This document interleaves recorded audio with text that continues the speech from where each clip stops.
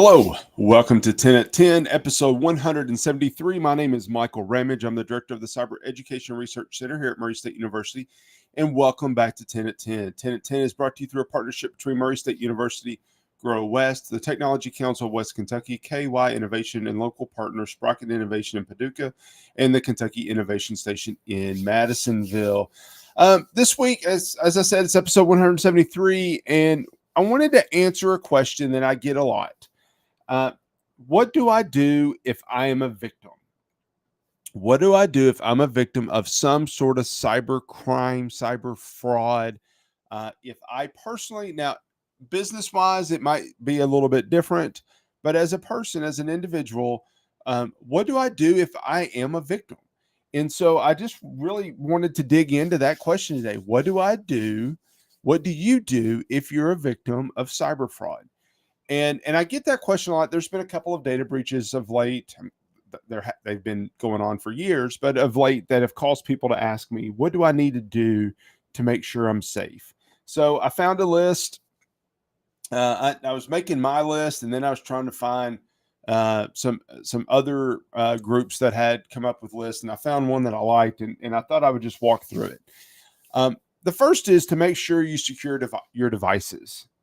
Now, that actually, it's easy for me to say, but that could be complicated. But the secure your devices part is that if you're a victim of fraud, you want to make sure that that's in the past tense and they're not actively, for example, if you go and secure your bank account and change your passwords, are they reading what you're changing your passwords to? Are they actively in your computer looking at what you're doing? Before you start restoring, you got to make sure that you're safe. I mean, that it should be something that we're able to do, but individually, but it is also very possible that you might need to hire a professional to help ensure that your devices are secure, that you are rid of the bad guy, whatever that is. For example, if a pop-up comes up on your screen and because of that, you click a link, or you call a phone number and tell them a number that's on the screen. A lot of times those are ways that the bad actor can get in and establish a presence on your system. So if that has happened, you need to make sure that it's clean and it's no longer there before you can consider that you're a victim in the past tense and that you're not actively a victim. Monitor your bank accounts. If you've been a victim, and frankly, I mean, this should be something that you do, period, but especially if you have been a victim of fraud, if your name was part of a data breach. I remember several years ago that I was talking to someone who was a victim of the Target data breach, and they didn't really do the things they were supposed to do after it happened. And it was 6 months later that their credit card was actually used fraudulently. So, if you're a victim today, it may not be tomorrow when someone tries to utilize your credentials for fraudulent activity. You need to keep monitoring your bank accounts, your checking account, your savings account, your retirement account. All of your accounts need to be monitored to make sure that everything's okay there. Next, freeze your credit report. If your personal information has been stolen, then you need to freeze your credit report so that nobody can open new credit cards or new accounts in your name.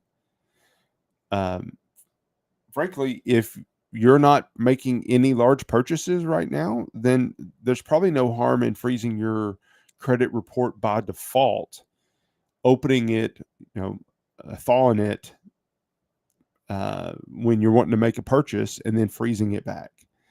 That can be a safety mechanism that you can have that just by default to help you out a little bit.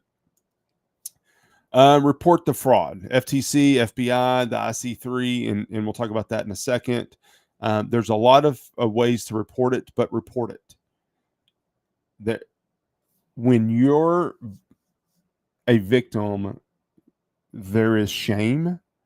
There is the idea that there's nobody else that's dealing with what I'm dealing with. Sometimes you feel dumb because you fell for it. Um, you shouldn't feel any of those things. And I can assure you that you're not the only one to fall victim for something. The bad guys, the threats, the criminals are getting really smart. They're getting really effective at what they do. They're getting very good at tricking you into clicking the link or to doing whatever that thing is that is causing harm. So don't feel that shame and report it. Report it. Report it. Report it. That's going to be an important piece. Number 5, document everything. Document everything.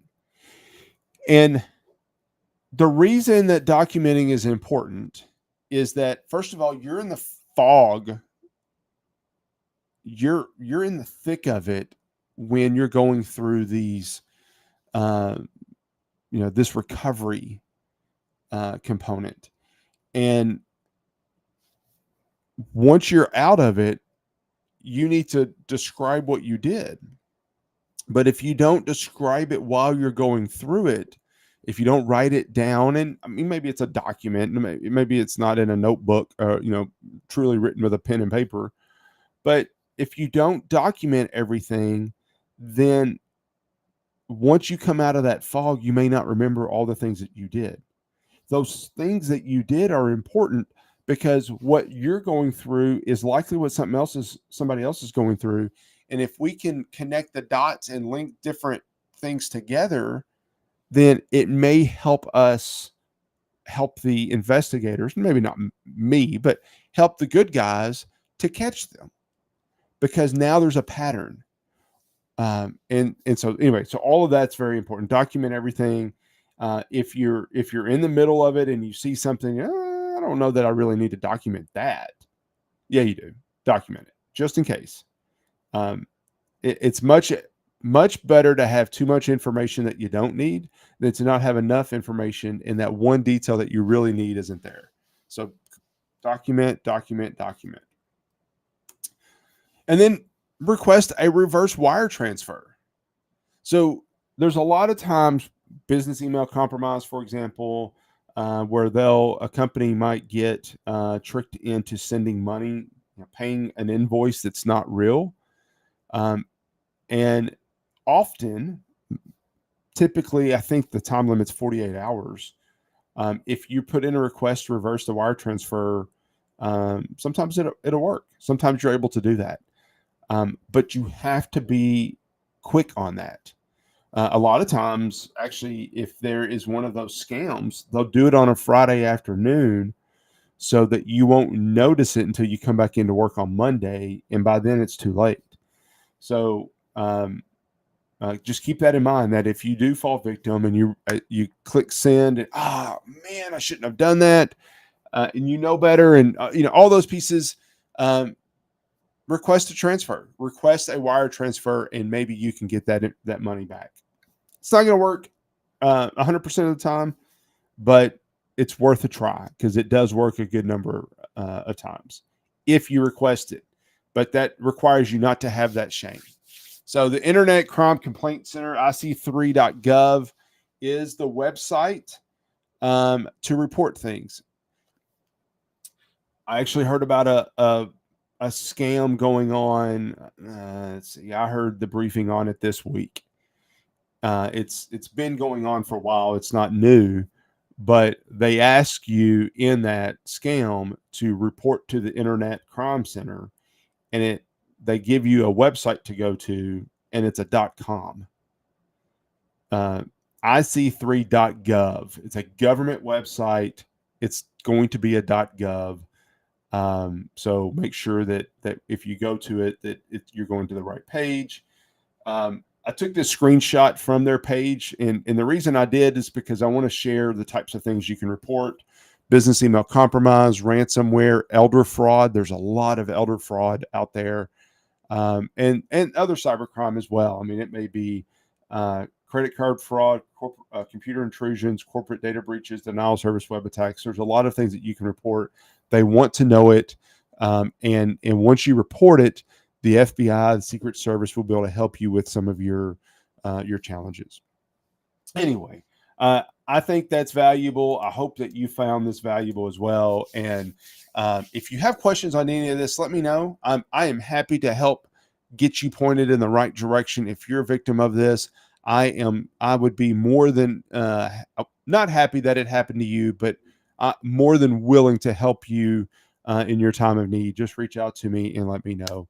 I appreciate you joining us for 10 at 10, and I'll see you next week back here on 10 at 10. Thank you. Bye.